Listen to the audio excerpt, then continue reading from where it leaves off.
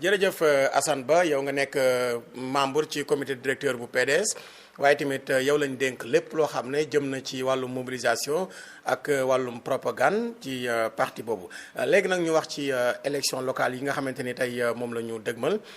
yéen PDS ngeen bokkoon ci coalition Yewwi Askan Wi doon waxtaan amoon seen diggante ak Pastef ak taxawu Sénégal bu Khalifa Sall ak PUR ñu gis ne PDS dañoo jekk-jekk génn si lan moo tax ngeen duggoon ci ak lan moo leen ci génne. waaw duggoon ci sax c'est trop dire parce que dugg amagul woon li amoon mooy ñun dañu toog ñu ñëw seet si ñu. ku leen seet si. kuréel yooyu nga tudd léegi ñoom Ousmane Sonko. seet si na parti démocratique sénégalais ñoom Khalifa Sall seet si nañu PDS ñu def ak ñoom ay rencontre bilatérale maanaam rencontre de tête à tête entre partis ñoom ñu ne daal dañu bëgg ci élection yi ñu jëm dañu bëgg daal ñu tabax ànd ñu tabax li ñu tuddee daal coalition électorale mbootaay boo xamante ni dañu àndandoo pour dem ci élection yi ab yéene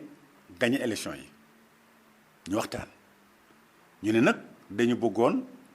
ñu ñeenti pàcc yooyu muy PUR muy PASTEF muy taxawu Sénégal ak PDS ñu nekk ñi nga xamante ni ñoom ñoo ko initié maanaam ñoo koy tabax bu ñu paree ci seen waxtaan ba pare ñu soo koy yaatal ci seen ay alliés alors bi nga xamante ni loolu am na ñu del waxtaan ak ñoom parce que ku fi def coalition rek ci PDS nga ko gisee ñun ñoo fi jëkk taxawal ay coalition yu bëri taxawal nañ ko bi ñu nekkee ci opposition ba bi ñu nekkee ci pouvoir ba coalition 2000 sax ak fal 2000 moo yóbbu Abdoulaye Wade à la présidence de la République kon ñun mënuñu bañ loolu bi nee ci waxtaan ba ci biir sunu gaañi daal di ñëw ñu ne daal mbir mi dañ ko bëgg a yaatal dépassé ñeenti nit ñi daal waa Pastef ñu ne daal dañu am ñoom it seen ay àndandoo seen ay farandoo dañu bëgg ñëpp ñëwandoo à la fois ñu ne leen déet loolu mënul nekk ñun aussi am nañu ay farando mais comme yéen da ngeen ñu jaay une coalition boo xam ne ñeenti pàcc bokk ñoo ko séq te pareeguñu li ñuy waxtaan mënuguñu ubbeeku foofu daal la ñu commencé am ay wuute ci xalaat bi ñu commencé am ay wuute ci xalaat ñu gis également ni sunu gaa ñi ñooñu dem di démarcher suñu ay alliés di leen démarcher nañu président Pape Diop. démarché nañu président Mamour Diop Decroix ñun ñu yëg ko alors loolu nag nekk loo xamante ni tamit rafetlu wuñu ko. te ñoom bi ñuy commencé dañu waxoon ne ñeent ñooñu rek. ñooy waxtaan ba déggoo ci kaw kàddu doo ko ubbi. waaw te ñoom seen jéem bopp ñoo ñëw proposé ñu loolu. ñu d'accord woon ci ak ñoom ci loolu. mais bi nga xam ne loolu am nañu jékki-jékki ñu gis ñu def seen ay communiqué ñu ne dañuy def lancement seen coalition wax bërëb ba wax waxtu wa te ñun ak yow mii. ñoo ci bokk ndooyam ñun PDS ak yéen ñoo ko bokk ndooyam ñun nag lii nag dafa doy kon daal lii comme ñoom nii lañ ko gisee daal ñun mënuñu bokk ci loola ndax dañ doon waxtaan te pareeguñu ponk yi ñu doon taxawal pareeguñu li nga xamante ne war nañ ko waxtaanee ba ci biir parewuñu ñoom ñu dem déjà di doxalee noonu daal mel na ne daal bañ si soobu daal moo gën. boo ko defee nag ñu def suñu communiqué wan askan wi ni ñun kat lii ñu doon sabab ak di ko jéem a tabax gis na ni mëntuñu si bokk jàmbure nañ si. loolu daal mooy indi problème bi. d'accord mais Assane Ba yéen bi ñoom Ousmane Sonko ñëwee ne leen dañoo bëgg a taxawal coalition waaye ñeenti parti yi ñoom ñooy nekk initiateurs yi maanaam ñoom ñooy nekk fondateurs yi. bu ngeen waxtaanee seen diggante ba pare ba juboo am si ngeen doog koo ubbi léegi ñoom bi ñu leen waxee loolu te jëfewuñ ko ci mujjantal gi ne ñoom dañuy ñoddi seeni nit ba pare di seeti yéen seeni alliés. lan ngeen leen wax ak ñoom lan lañ leen tontu. waxtaanewuñu ak ñoom dañu constater désaccord gi. maanaam dañu constater ni mënatuñu ànd.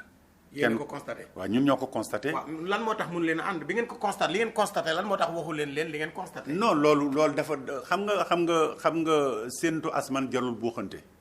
lu ni fang kenn du ko jeex. loolu moo tax. loo xamante ni si wax nañ leen ko leeral ko ci bu baax ci suñu communiqué ba fii may wax ak yow tontuñu suñu communiqué tontuñu si leen parce que c'était évident li doon c'était évident maanaam dafa leeroon nañ. waaw mais xam nga tamit Assane su dee tey par exemple tey yéen ñoom Ousmane Sonko dañoo ñëwoon wax leen ay mbir lañ leen waxoon ngeen gis ne nañ ko waroon a doxee wala charte yi respecté wuñu ko da ngeen leen waroon wax ne leen yéen kat lii ngeen ñu waxoon ak nii ngeen di doxale bokkul bu ko defee ñoom dañ leen indil tontu. waaw mais ñun loolu lañ leen wax ci suñu communiqué justement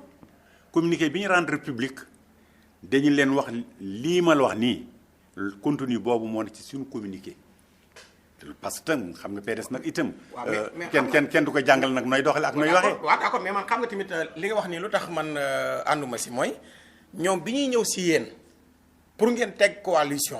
du dañoo jekkoon jekk rek communiqué ko dañoo ñëwoon ak yéen waxtaan si ak yéen ba ngeen déggoo ci kawi kàddu bu ñu demee ba charte yu ñoom ñu jàll ko da ngeen leen waroon a wax bu ñu leen tontoo nag ngeen doog a réagir ci communiqué. Abdou Khadre xam nga ñun ay mag la ñu nous sommes un parti responsable. amul parti bu ñu ëpp expérience macha allah ci réew mi. ba tax na bu fekkente ni ñun dañu seq ak suñu ay nawle. ñu jékki-jékki gis li ñu seqoon ak ñoom. te ñu waroon ko doxaluñu ko. te ñoom ñu xam ne doxaluñu la ñuy waxante woon ak ñoom. ñun ñu gis ne doxaluñu la wax ak ñoom day daldi kenn ku ne da ngay daldi jël sa responsabilité. d'accord mais yéen tamit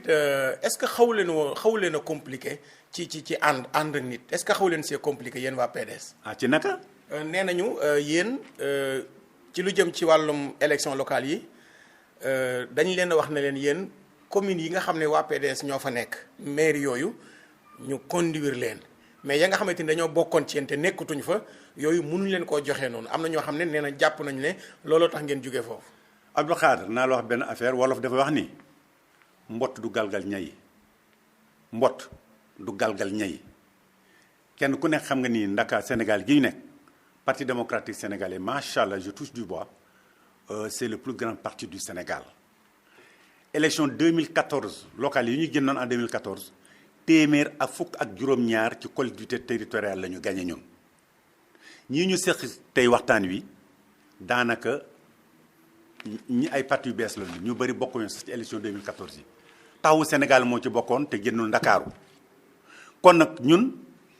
ci biir waxtaan wi li ñu arrêté woon mooy. fi nga xamante ni parti démocratique sénégalais moo gagné woon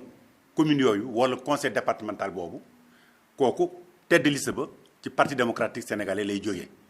dañu jàpp ni loolu amul leen lu ko gën a logique Khalifa Sall également fi mu gagné woon ci Ndakaaru dégg nga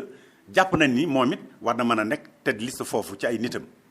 ñi nga xamante ni nag bokkuñu woon ñu jéem a seet nag la ñuy agencé suñu àndandoo nag lañ koy liggéey nag lañ koy waxtaanee ci tërlin woowu lañ newoon loolu kay amul gourmandise loolu kay yaakaar ne lu tegu si yoon la lu aw yoon la ndax nag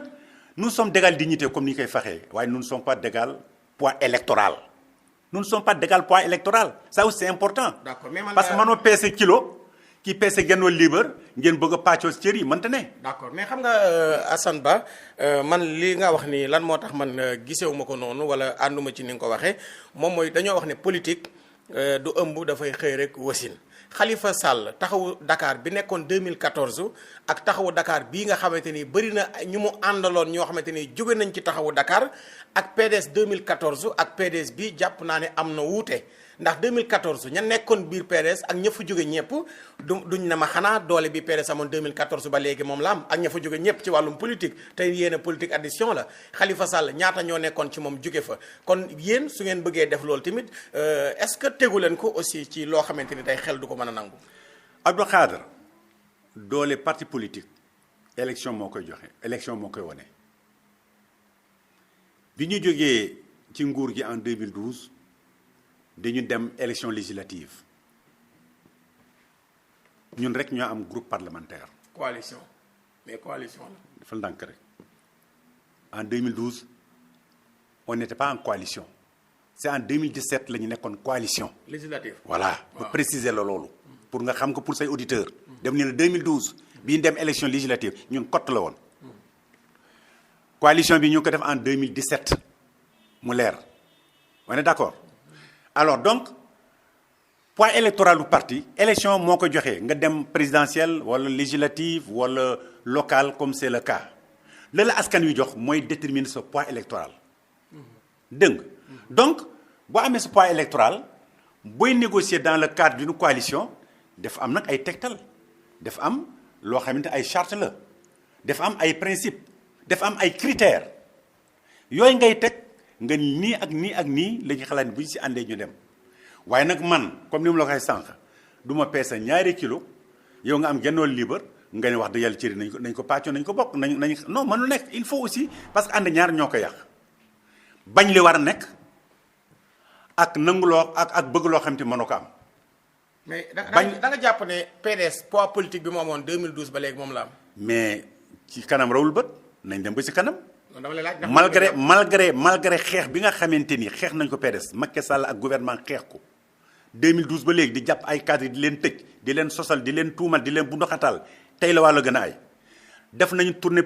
nationale bu yàggul on a fait l'ensemble des 557 collectivités territoriales fu ñu romb Ablaye Wade soppi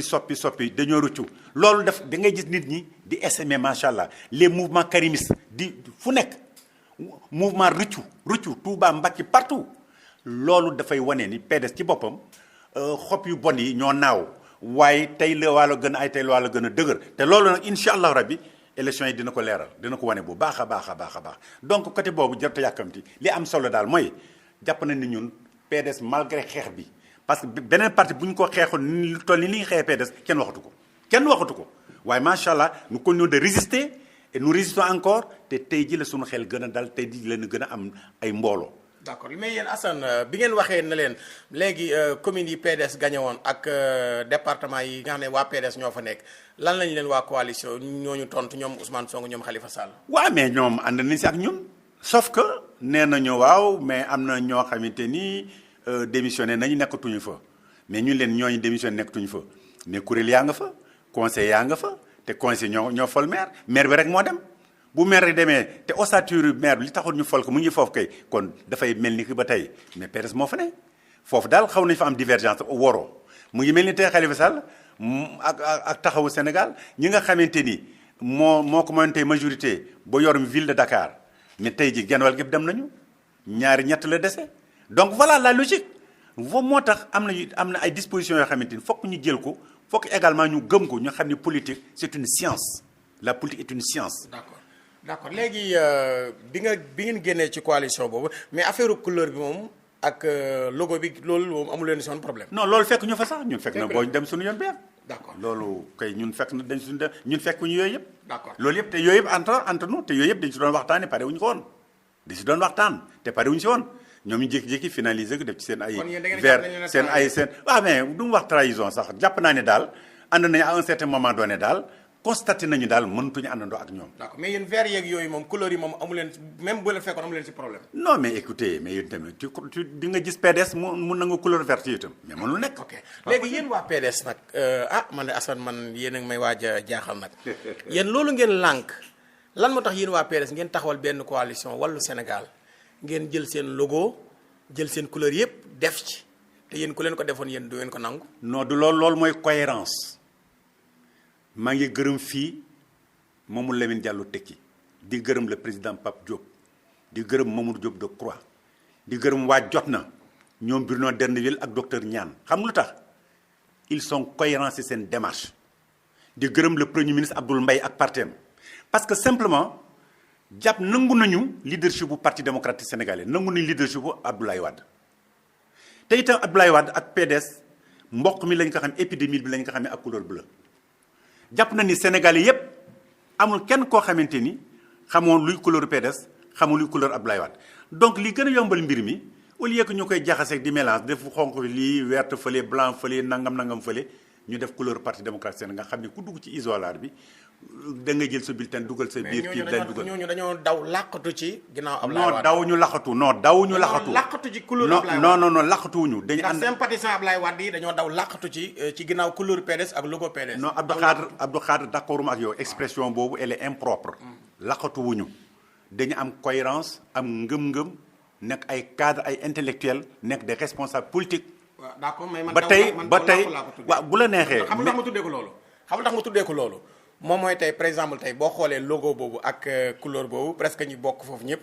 presque ñu si baree bari dañoo juddu ñëw fekk fii logo boobu ak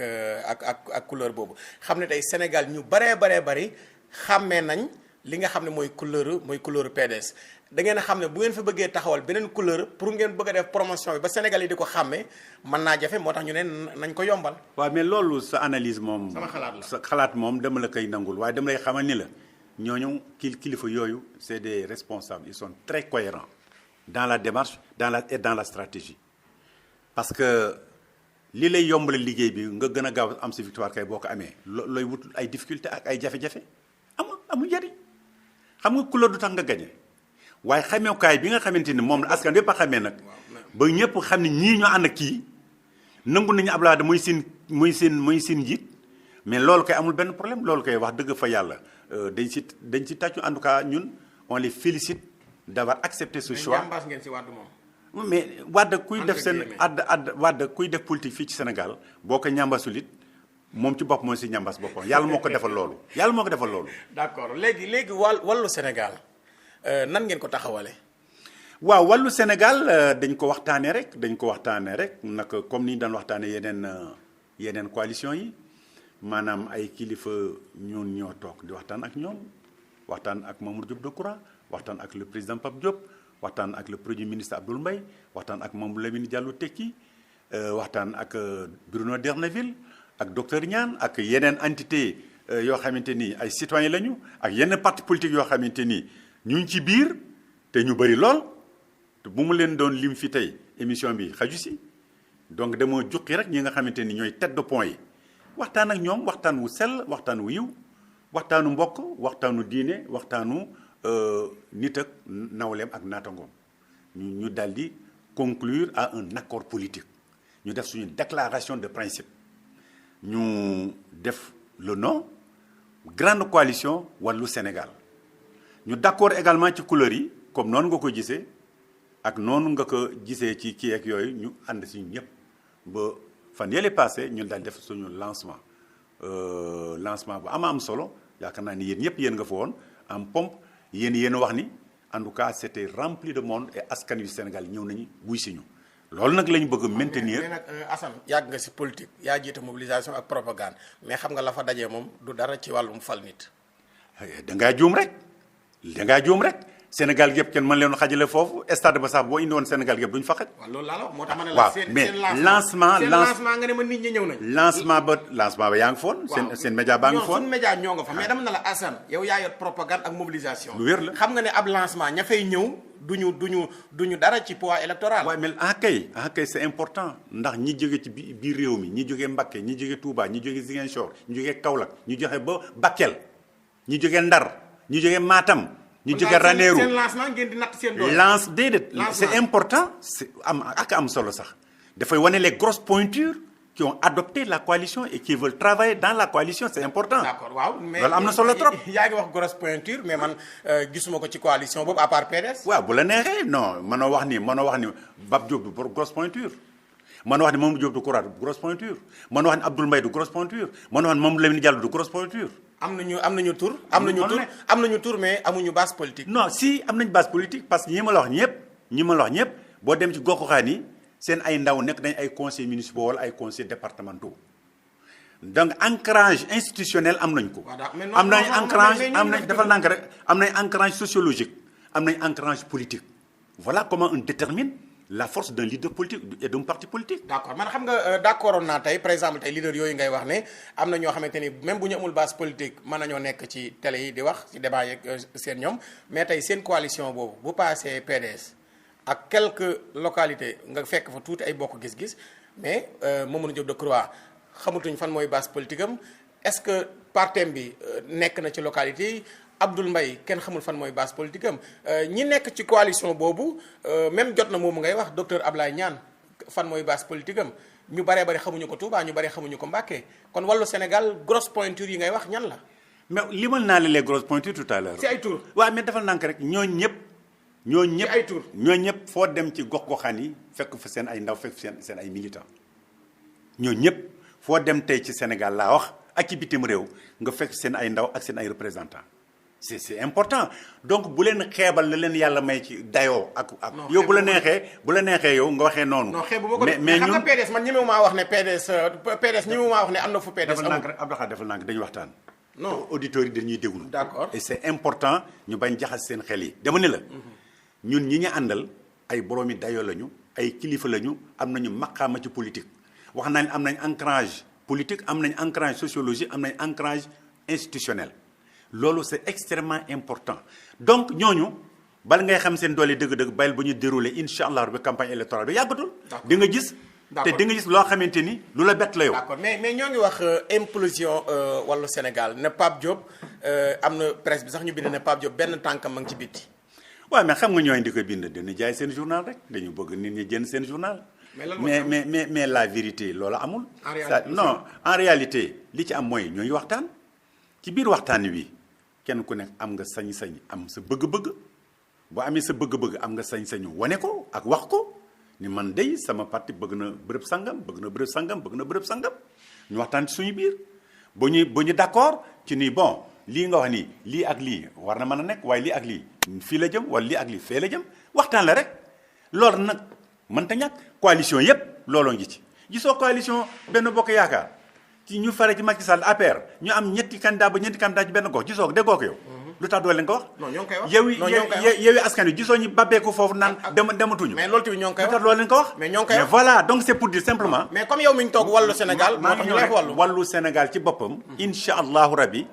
loolu ngeen xalaat nii dina babbeeku du am ci kattan suñu. parce que jàppoon mu dana génn. non xalaatuma ko sax xalaatu ko moom ci boppam.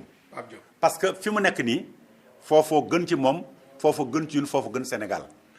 ay nit nag bu ñu seexee dañu waxtaan ba déggoo ñoo ngi waxtaanu xel waxtaanu dal ak waxtaanu nawle jàpp naa ni incha allah rabbi dinañu finaliser suñu ay waxtaan bu ñu déggoo ci ñi nga xamante ni ñoom la ñuy samp ci gox-goxaan yépp ba war a mën a déposer suñu ay liste. d'accord mais yéen waa PDS est-ce que tamit ni ngeen jëlee seen couleur ak seen logo est-ce que bëggulee na ndax yow sànq tamit dégg naa la sa biir wax nga ne. PDS dayo bi mu am ci wàllum politique mais est-ce que tamit du ngeen imposer ñooñu séddale bukki bëgg a ngar dajjoo commune yëpp Assane Ba. non séddaloo bukki mënu fi am séddaloo bukki mënu fi am parce que ay nawlee nañu. est-ce que nawloo ngeen leen. bu ñu nawlawul woon ak ñoom du ñu ànd ak ñoom. ñoom mën nañ leen a nawloo yéen ngeen bañ leen a mën a. dama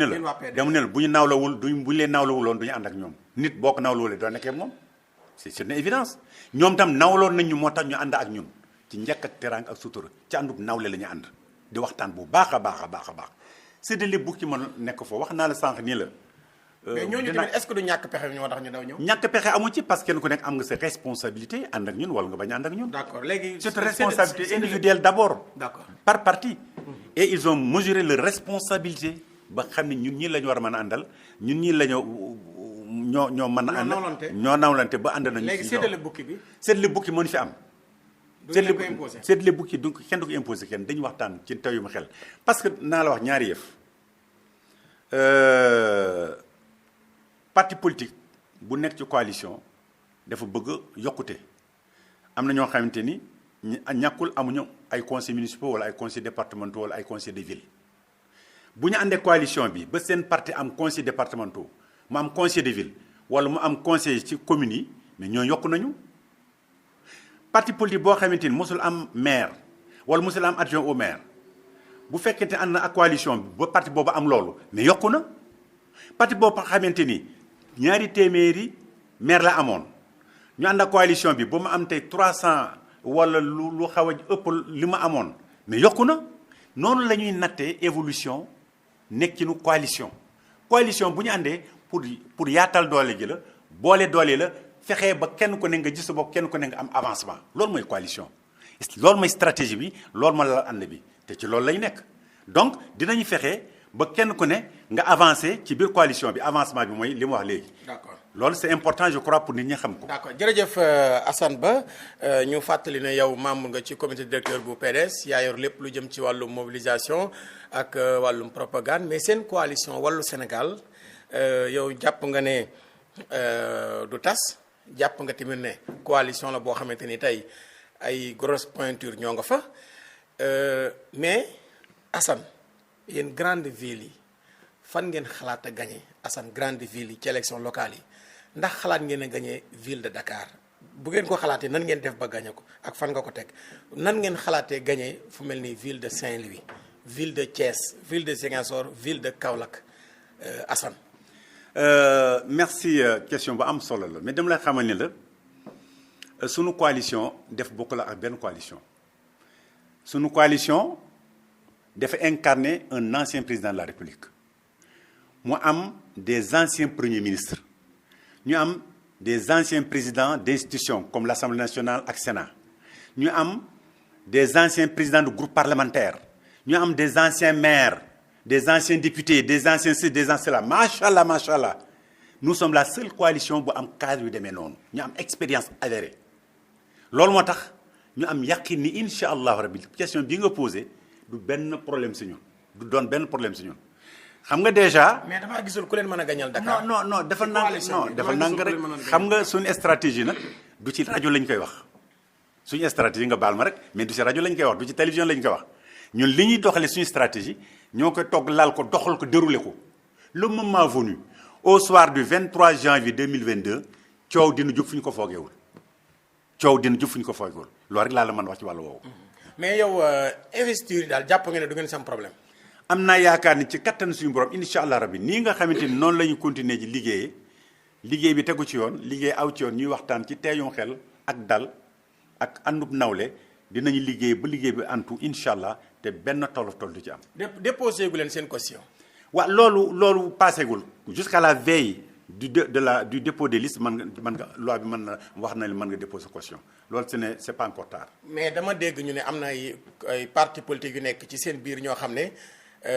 pour mesure de kii déposé nañ seen caution. pour en cas bu ngeen demee ba déggoo amu ci. ñooñu ci waa benn bokk yaakaar yi waaye pas ci wàllu Sénégal. wala Sénégal amugu ci. wàllu Sénégal loolu amugu fi te xalaataguñu ko sax kooku loolu mu ngi am ca waa benn bokk yaakaar foofu la amee. mais pas si ñun encore en tout cas eggseegul si ñun. mais yow Assane Ba yéen waa PDS ak jafe-jafe yi ngeen amoon ak Abdoul Mbaye nan ngeen mën a def ba àndaat. mais ñun amuñu benn jafe-jafe Abdoul Mbaye ban jafe-jafe lañu am Abdoul Mbaye était le premier ministre de Macky Sall nous étions dans un groupe parlementaire les politiques yi nga xamante ni moom la doon exécuter en tant que premier ministre te constitution bi wax ko ñu ni le premier ministre exécute la politique définie par le chef de l'État nous n'étions pas d'accord avec lui sur ces politiques là suñu groupe parlementaire dal di xeex dégg nga di xeex pour que politique yooyu def motion de censure loolu rek la et c'était normal temps boobu il était avec Macky Sall les politiques de Macky Sall benn baaxu ci ba fii may wax yow ba fi moom il l'a reconnu kon kay nous étions tey divergence yooyu ñu amoon tey moom gis na ni ñoo nekkoon ci dëgg parce que dëgg rek kay mujj moo tax tey ji ñu mën a ànd bu rafet ànd bu dal te d'accord nañ si ak ñun que ni wax dëgg fa yàlla laajal tey Abdoul Mbaye wala nga éviter ko fii dina la expliquer que toutes les politiques définies par le président Macky Sall c'est des politiques néfastes pour le développement de notre pays. D'accord léegi Assane Ba coalition Benno Bokk Yaakaar boobu ngay wax naam am na ay réeroo ñoom tim ci seen biir waaye est-ce que tamit du coalition boo xamante ni tey taxawaay bi moomoon ba léegi est-ce que amu ko. waa xam nga foofu coalition d'intérêt moo fa nekk amul ngëm-ngëm parce que simplement tàngal lañ leen di jox. ñu saxal leen tàngal. loolu moo ànduñu ak Macky Sall bu Macky Sall def bu mu yaakaar ne ñoom ànd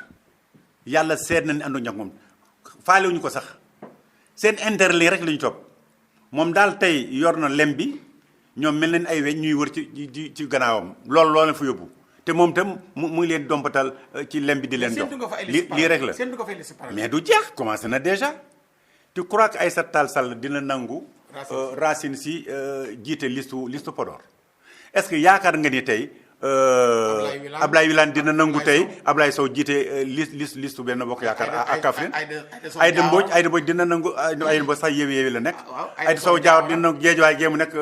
Lat Diop jiite ko ak ñeneen Dakar gi aussi yaa ngi dégg Ablaye Diouf Sarr Amadou Ba ci coow li mais Ndargé la même chose Mary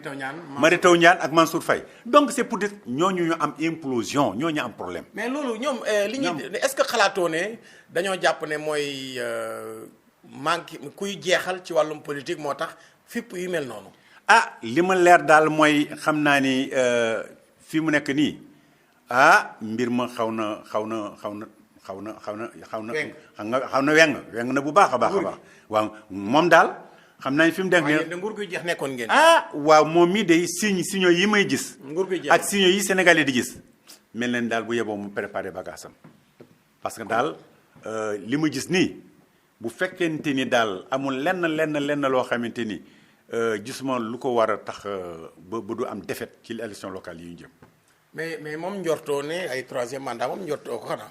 non yéen itam bu leen ko njortul Macky Sall. Macky Sall non man njortu dem na la est-ce que njortu. non Macky Sall mënul njortu yéen itam troisième mandat parce que moom ci boppam nit da nga koy jàpp ci li mu wax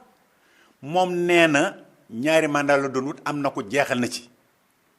waxoon na ko non. waaw yéen ñëpp ci seen rajo yi ak ci seen télévision laa ko déglu suivre ko ba pare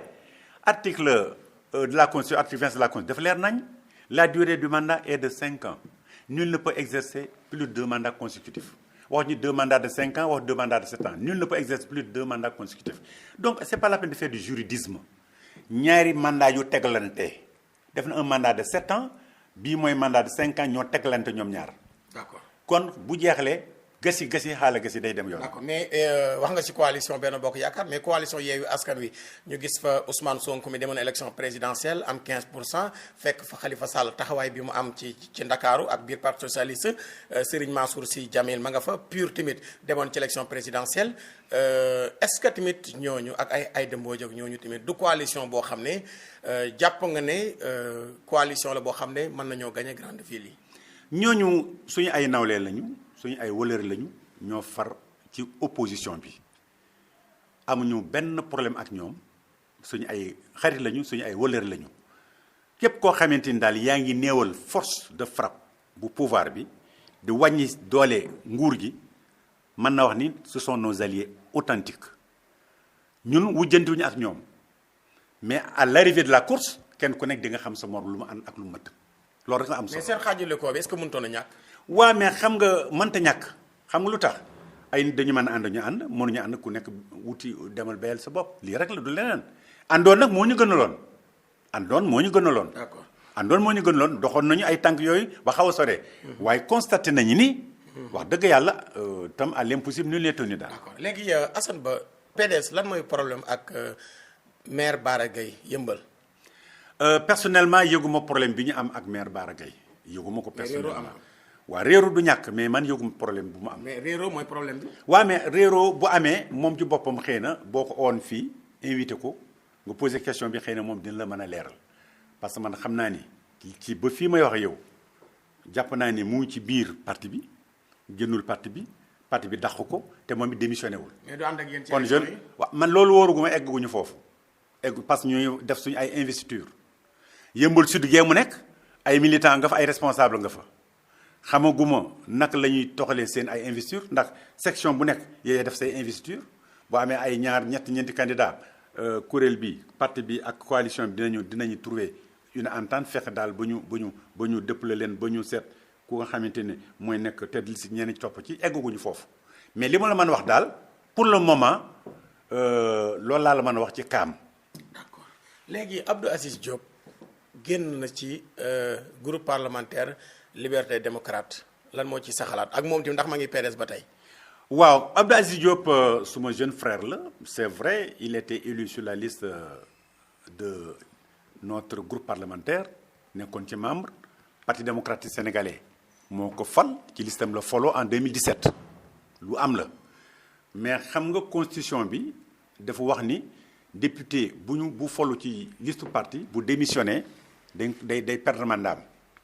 moo tax ñemewul wax ni démissionné ni ci parti démocratique sénégalais waaye yoon may na ko mu nekk député indépendant mais ñëpp xam na ni bi nga xamante ni Oumar Sarr mi nekkoon coordonnateur PDS bi mu jógee PDS dem créer son parti te moom mu nekkoon bras droit wu Oumar Sarr dëkk Richard Toll nekkoon fa responsable PDS bu Richard Toll dégg nga Oumar Sarr lay jàppale Oumar Sarr la doon jàppale te ba tey ji Oumar Sarr lay jàppale moom la àndal mais mënul fësal ni démissionné na PDS parce que bu ko fësalee wala mu bind ko day perdre son mandat de député loolu moo tax. mais est-ce que élégance mayu ko woon kon mu démissionné benn yoon. waaw mais kooku nag moom xam naa ni gis-gisam moom boo ko gisoon xëy na dina ko laaj mais bu ko defoon rek perte mandat bi xam naa ni day bari perte mandat bi te comme li ci des bareetul alors loolu tax rek mu jafandu noonu rek. daal ñu bàyyi ko noonu. waaw léegi Assane Ba Karim Wade ñu bari dañuy wax ne ñiy jóge biir PDS wala ñi fay am ay jafe-jafe ñu si mel ni ay Bara Gaye ak ñeneen ak ñeneen Karim Wade la lan nga ci tontu. non loolu ay caaxaan la Karim Wade est un excellent cadre du parti mu ngi liggéey ba am solo mu ngi xëy chaque jour que Dieu fait mu ngi waxtaan ak ñun ñoo ngi jokkoo ñoo ngi waxtaan ci li jëmee parti bi kanam chaque jour bés bu yàlla sax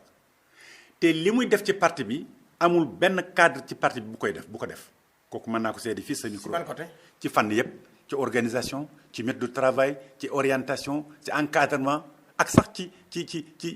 doole ak ñaqam ak sax ci ñaqam. mooy financer activité parti bi. wax ma la loolu de wax ma la moo koy financer ci ñaqam def ko ci def. waaw c'est important parce que bëgguma nga indi loo xamante ni wax ma nga. waxuma yaa ko wax dama la laaj. waaw mais moo tax ma leeral loolu. ci ñaqam comme kenn ci ñaqam ñu ngi ci def lu ñu mën mais nee moom mooy financer. parti bi kan moo koy financer activité yi. non attends parti bi ñun dañu am groupe parlementaire député dañu cotiser cadre yi seen jéem bopp kenn ku nekk da nga am sa aslëf indi président Abdoulaye Wade bàyyiwuñu benn yoon kooku noonu lay parti di dundee. d'accord et puis ñooy jaay suñu ay carte li nga xamante ne am na ci carte bi dañ koy liggéey parti bi dañ koy fonctionner parti bi dañu am appareil politique dañu am administration du parti dañu am ay charge de téléphone charge d'eau ak yeneen charge d'essence tournée yi et cetera tout ça c'est une administration. mais est-ce que mu leen problème mu xaalis. ñun bu ñu amoon problème mu xaalis fekk tëj nañ suñu permanence parti démocratique sénégalais mënul am problème mu xaalis. xam nga lu tax permanence kese. xam nga lu tax dañu am xalaat yu uuteeg xalaat yu bëri. Abdoulaye bi mu sancee parti 1974 ba léegi dafa am ay xalaat ak ay idées noo xam ne noonu la ñuy doxalee parti bi idées yooyu ak xalaat yooyu ba tey ñoo nekk fii. loolu ñu sant ma jeexal ci Karim boobu nga wax donc ñiy wax Karim dañu wax lu leen neex wala dañu bëgg dem ca marron beige parce que gis na ni ñu bëri bu ñu attaqué Karim foofu la ñu mujjee loolu ay caaxaan la Karim defu leen tey dara waxu leen dara wax dëgg fa yàlla ku ci wax Karim tudd ko ci da nga koy tooñ. mais est-ce que Karim ku démocrate la. mais lu tax démocrate bañ a démocrate je vais même aller plus loin def mel ni sax moom ëpp moo gën nekk démocrate sax wuy juróom. pour te dire il est très démocrate il est très attentif loo ko wax daf lay déglu ak teeyuma xel tontu la ci li ma xam mu ne loolu de lii la wala yow boo ko waxee nga convaincre mu ne vraiment tu m'as convaincu. est-ce que d'accord na ci débat d'idées. mais bien sûr que oui ñuy dañuy débat d'idées toujours dañuy waxtaan ak moom muy wax xalaatam ñu wax ko suñu xalaat finalement ñu déggoo ci lii. mais ndax dina jëfandikoo seeni xalaat. mais bañaa jëfandikoo itam mais doomu aadama la nit la c'est tout à fait normal. ok léegi Assane le retour de Karim Wade kañ la. le retour de Karim Wade dafa aju si ñaari ponk benn ci moom la d'abord individuellement moom mooy xool ban jamono ban moment moo baax pour mu ñibbisi ñaareel ponk bi parti démocratique sénégalais mooy analyser moom it la situation politique nationale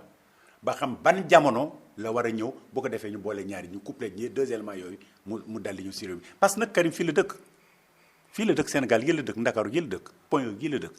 dëkkul Douai dëkkul Paris dëkkul feneen ak feneen Sénégal gi la dëkk kon nag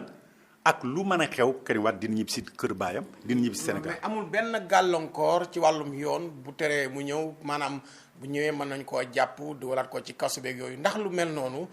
taxul mu toog. fa mu toog ba tey mais da nga ma fàttali la benn affaire Karim Wade bi nga koy convoqué nekkuloon réew mi nekkuloon ci biir Sénégal il était à l'extérieur mais buñ ko xamalee ni justice daf la soxla.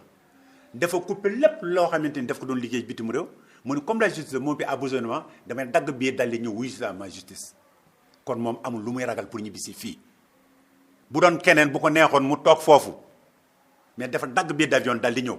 ma fàttali la loolu ma fàttali également sa auditeurs yi ñu déglu c'est important loolu donc c'est pour dire loolu amul benn gàllankoor boo xamante ni tey jii war na mën a tere bu ñibbisi. léegi yéen a ngi sàkku ñu àttewaat ko. wala amnistie bi ñuy wax. non ñun mos ñu tudd amnistie Macky Sall moo ko mos a tudd France Radio France Internationale ak France 24 télévision moom moo waxul loolu moo waxoon il peut y avoir une possibilité d'amnistie les cassettes sont là kooku moo ko wax moom la engagé mais ñun mosuñu sakku amnistie te duñ ko sakku parce que amnistie xam mooy lan. boo ko nangu dafay mel ni ki yow kat lañ la tuumaaloon ak la taxul ñu tëj la lu am la ndax amnistie mooy dañ lay baal dañ lay jëgal ñu ne nanguñu ko jégal nanguñu baal ñun li ñu wax mooy li nga xamante ni moom la comité des droits de l'homme des Nations Unies wax que dañu war a reprendre procès Karim Wade ba pare ñu indemniser ko ñun ci loolu la ñu tënku. d'accord ci loolu la ñu tënku te loolu la Karim Wade wax loolu la parti démocratique sénégalais wax. jërëjëf Assane Ba ñoo ngi lay sant di la gërëm. maa ngi leen di sant bu baax waxtaan wi am na solo xam naa ne xaw ngeen ma sonal waaye nag c'est comme ça parce que waxtaan moom sotti génne idée la permettre nga ma tey ma leeral ay ponk yu bëri yaakaar naa ne auditeurs yi itam dinañ kontaan ci émission bi maa ngi leen di gërëm bu baax di leen ñaanal jàmm. jërëjëf Assane Ba mu nekk membre ci comité directeur bu PDS moom lañ dénk tamit lépp lu jëm ci wàllu mobilisation ak wàllum propagande ci parti boobu mbokk yi li mu nekkoon seen émission pencum réew mi ngeen di si ànd ak Abdou Khadre Seck samedi bu jot bu 15h jotee jàpp 16h Mamadou Diaw Diallo moo nekkoon ci wàllu machine bi jërë ngeen jëf jàmm ak jàmm.